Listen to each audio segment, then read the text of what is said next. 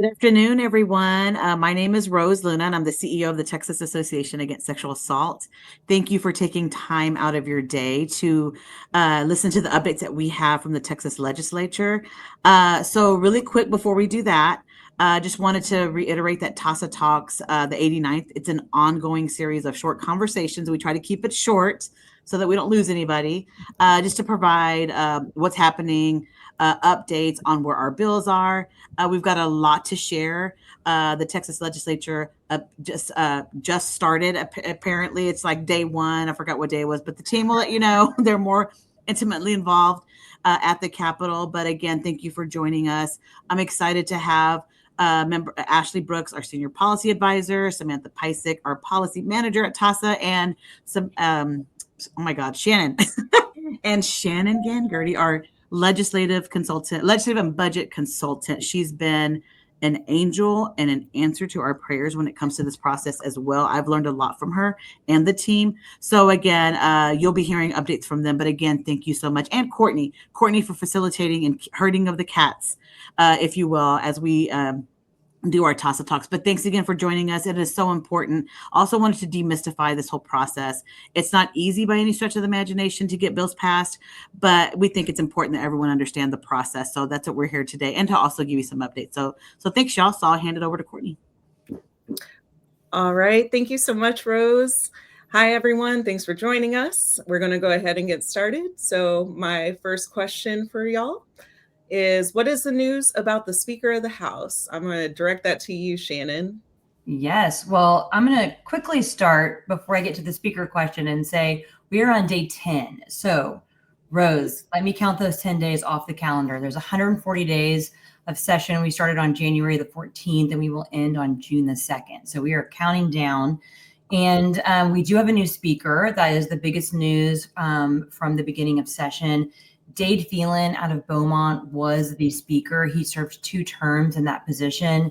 And well, without going into too many details, there's been a little bit of Republican infighting in terms of there's different kind of camps of Republicans that were working against Dade Phelan and with Dade Phelan. And he eventually decided to drop out of the race and did not run for speaker this time for the 89th legislative session. Dustin Burrows out of the Lubbock area ran for speaker, really out of the Dade Phelan camp. And the candidate against Dustin Burrows was Representative Cook, and he really had a higher number of Republicans coming out of the caucus, the Republican caucus vote. And there was a lot of jockeying over the last several months, but ultimately Dustin Burrows won the speakership with 85 votes. There's 150 members in the House. He won 85 to 55. And what's important to note is that of the 85 members that voted for him, 49 were Democrats and 36 were Republicans.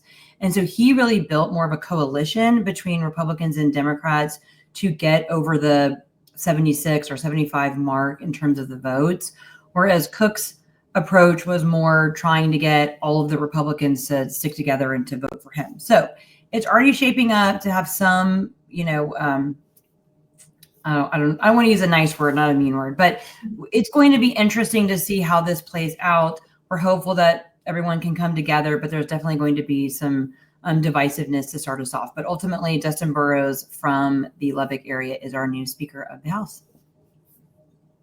All right.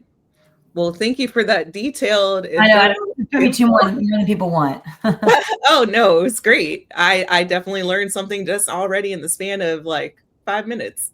So the next question I have is, what do we know so far about the budget? Great question. So the budget process surprisingly starts very early. It starts in the summer before you're leading up to session. And we have already, as a team with TAASA, had several meetings and conversations with the folks that are responsible for writing what's called the base budget. And that's the first version of the budget that comes out at the beginning of session. So the Senate and the House both filed their budgets, the base version, this week. I think it was supposed to be Tuesday, and then because of the weather, it ended up being on Wednesday. So we've gotten our first glimpse at what's in there and what we're going to be asking for in addition to what's in the base budget.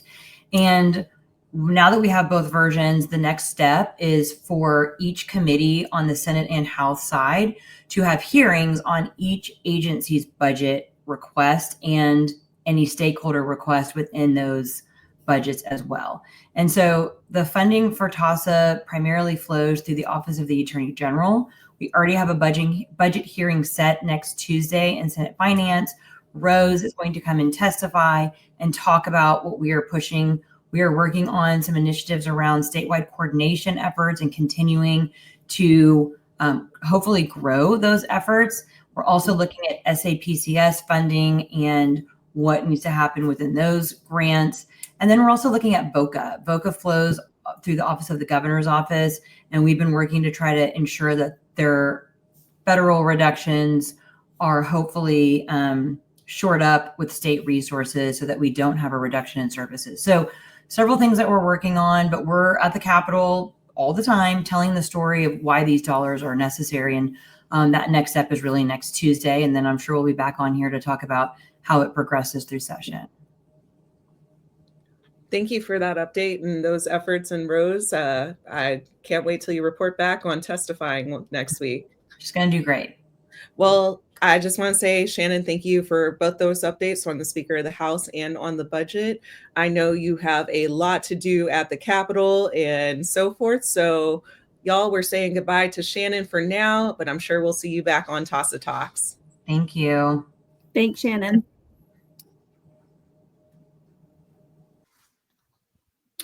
All right, y'all. So we still have more, so stay here with us on this video. We're going to move on to the next section where we talk about TAASA's priorities. So Ashley and Samantha, are there any updates on TAASA's priorities? Yes, there are. We actually have all 4 of TAASA's priorities filed in the legislature now. And we are very excited to report to you guys the updates on those bills. All right, so we're going to go through each one, starting with crime victims' rights enforcement. Yes, this is a great bill. It gives a lot of tools to victims to help enforce their rights. And we have this bill filed in both the Senate and the House. We have Senator Chuy Hinojosa has filed it in the Senate, and Representative Thompson has filed it in the House. We actually worked with her on a similar bill last session that did pass the House, but was held up in the Senate. We are very hopeful, though, that we will get this bill across the finish line this session. Wonderful. So the next bill that we're talking about is the Eliminate the Criminal Statute of Limitations for Adult Sexual Assault. Yes, this is a long time coming. We've needed this bill for a while now.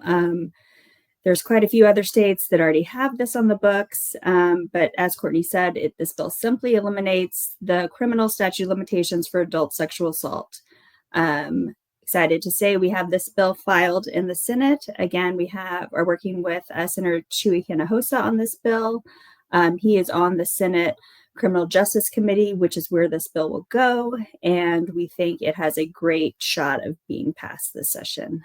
We do not have a House author yet, but that is on purpose. We're waiting for committee assignments to come out in the House, so we can choose a House author that will be on the Criminal Jurisprudence Committee in the House, which will give our bill the best chance to get a committee hearing and then ultimately pass. All right, so we'll stay tuned for the House bill then. All right, so next we have protecting survivors' privacy. Yes, this is our big privacy bill. It touches on live streaming in courts. It sets up processes for accessing sexual forensic material, anything sexual in nature. And so we are excited to have Senator Paxton in the Senate and then Representative Hull in the House file these bills. We've worked with both of these authors before and they have been phenomenal. And so we are really excited to continue working with them and get this bill across the finish line. Okay. That's great news. Yes. Way to go, y'all. No, Great news. very excited. And our final one is our rape kit tracking bill. So just making sure law enforcement's picking up these rape kits in a timely manner according to Texas statute, and just requiring this data point to be listed in reports that go to the legislature and the governor, as well as commissioners, courts, and SARTs. So that has been filed by Senator Flores, who is the chairman of criminal justice in the Senate. So he is awesome. He will champion that on through his committee. And then we have Representative Howard, Donna Howard, in the House. I'm sure you guys recognize her name. She has been a champion of TAASA and the governor's task force. And so we're excited to be working with her again this session. Awesome. All right. I know this is just only the start of all the things happening at the legislative side. Sorry. But we'll stay tuned. And for those who are interested in staying tuned, what are the best ways to get involved? Yes. We would love for people to reach out to us at our policy@taasa.org email if you are interested in testifying on any of these bills. When we have survivors or advocates or people with actual firsthand knowledge of these types of situations come and speak to legislators in a committee hearing, it is very powerful. So if you feel like any of the legislation we're working on speaks to your personal experience and you have something to share, we would love for you to reach out to us and let us know that you're willing to come up to the Capitol to testify. Additionally, if you just want to continue to stay up to date on everything we're working on, please, again, email us at thepolicy@taasa.org, and we can add you to our policy listserv, where throughout session we'll continue to send updates out to everyone with the status of what's going on and maybe letting you know when we might need you to call your legislators for specific bills. And then finally, the best way for you guys to get involved is to join us on our Capitol Day. This is a great day that we do with TCFE every session. This year it is going to be on February 20th. And while our morning program is already at capacity, we are going to have a press conference and a rally at noon on the south steps of the Capitol. We will have legislators there talking and survivors, and it is going to be a great event. And we would love to have as many people there to support that effort as possible. Additionally, after the rally, people will be going and speaking with their legislators, promoting our agenda as well as TCFE's.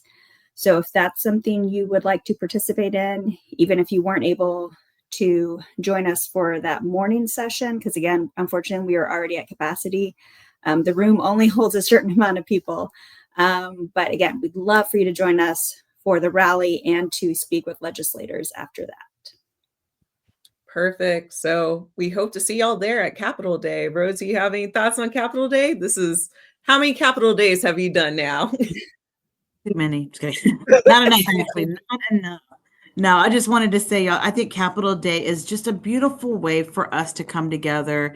It's, to come with our elected officials that were elected by each and every one of us to just share the narrative and the stories and the success stories and the challenges of what we're facing locally. They do care. I can say that. Now, I haven't talked to however many elected officials we have, but I can say that whenever TAASA goes as an organization, it has conversations with elected officials all across the political spectrum. They all agree, and there's this unified chorus of, we want to protect survivors of sexual assault. We want to protect and support crime victims. So what better way to thank them for yourselves and also to ask them to support the legislation that TAASA is putting forward and the legislation that TCFE is putting forward, because it has been vetted. It's legislation that not just, Rose, Luna, Ashley, and Samantha thought was perfect for the state, but this is legislation that's coming from survivors, from those on the ground, from law enforcement, from advocates. So again, we'd love to have you. Capitol Day is a way for this to kind of unveil the support that we have, to showcase the hard work that's happening, and to also just to request and ask for them to please support not only our work, but to support the laws that we're trying to pass. So hope to see you there. Yes, beautifully stated, Rose. So with that, y'all should be there on February 20th. But if you have any questions, policy@taasa.org. So with Come in your that, turquoise, bring your signs. We will, make a stance. I'll be Show the wearing a Capitol full who's wig. there. Well, thanks y'all for all the insights for this first TAASA Talks in the new year. Yeah, there will be more to come, so stay tuned. Thank you for joining. We'll close out. Bye. Bye.